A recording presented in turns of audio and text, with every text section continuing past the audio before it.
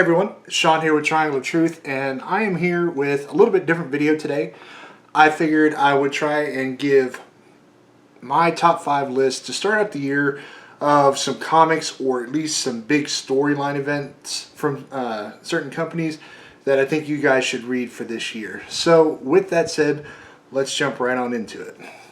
Coming in at number 5, this one might be actually the most important one on the list. And this is read anything that comes out from Bad Idea Inc. For anyone who doesn't know, Bad Idea was started by Dinesh, who is the former CEO of Valiant Comics. He ran them through like the mid 2010s up until I think a year or so ago, just before they got bought out right before the Bloodshot release.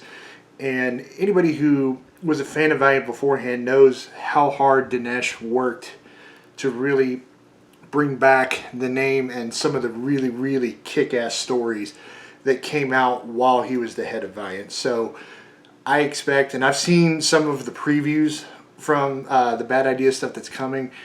It all looks like it's going to be epic. So I have a feeling that that's all going to be good. So definitely keep an eye out at your local comic shop for when Bad Idea comes out. I want to say starting in March is when we'll start seeing stuff from them. So be sure you get your pre-orders in. Starting at number 4 is the DC Future State storyline. This just kicked off within the last couple of weeks. This is, I believe, a follow-up to the Death Metal storyline. I actually just got the Flash number 1. Jenna and Jay have gotten the Shazam and a couple of the others. I cannot remember. But we're slowly working on getting all that. That's going to be one we're keeping up on. For me, reading the Future State one, it's man, you want to talk dark on the Flash. But that's what I like about DC. They get a little darker, a little more in your face than like Marvel does, and that's why I think they're actually more fun to read and a little better, in my opinion. And they've just continued to keep it going with these storylines. Number 3, this is one where me trying to get the number 1 of this was really, really hard. It's from IDW, and it's the Teenage Mutant Ninja Turtles: The Last Ronin storyline.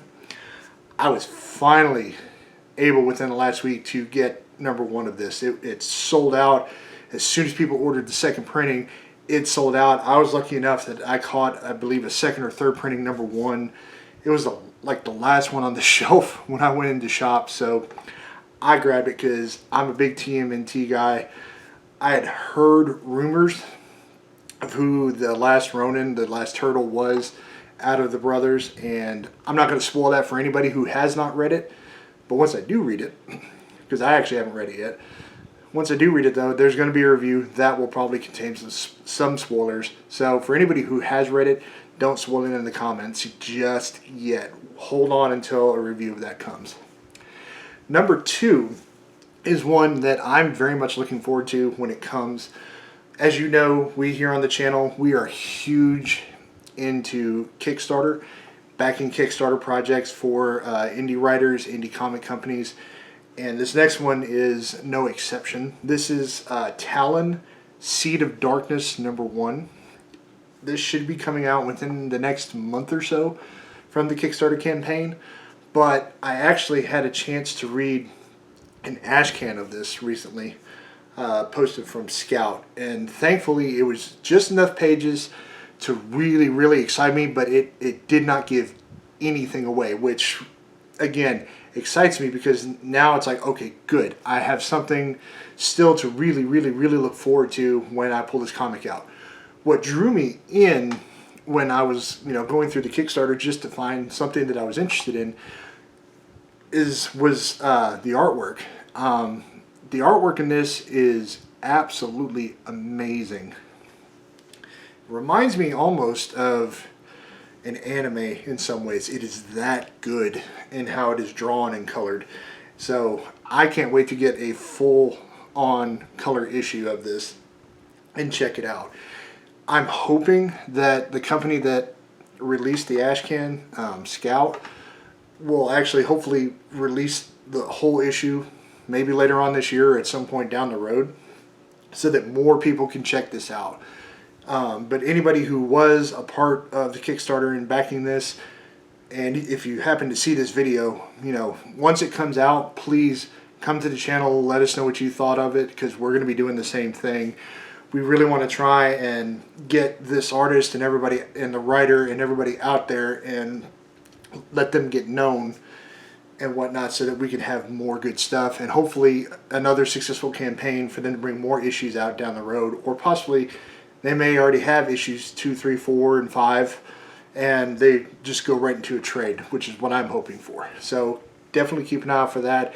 And also just a big shout, always keep your eye on Kickstarter for any kind of projects, because you never know what diamonds in the rough you'll find.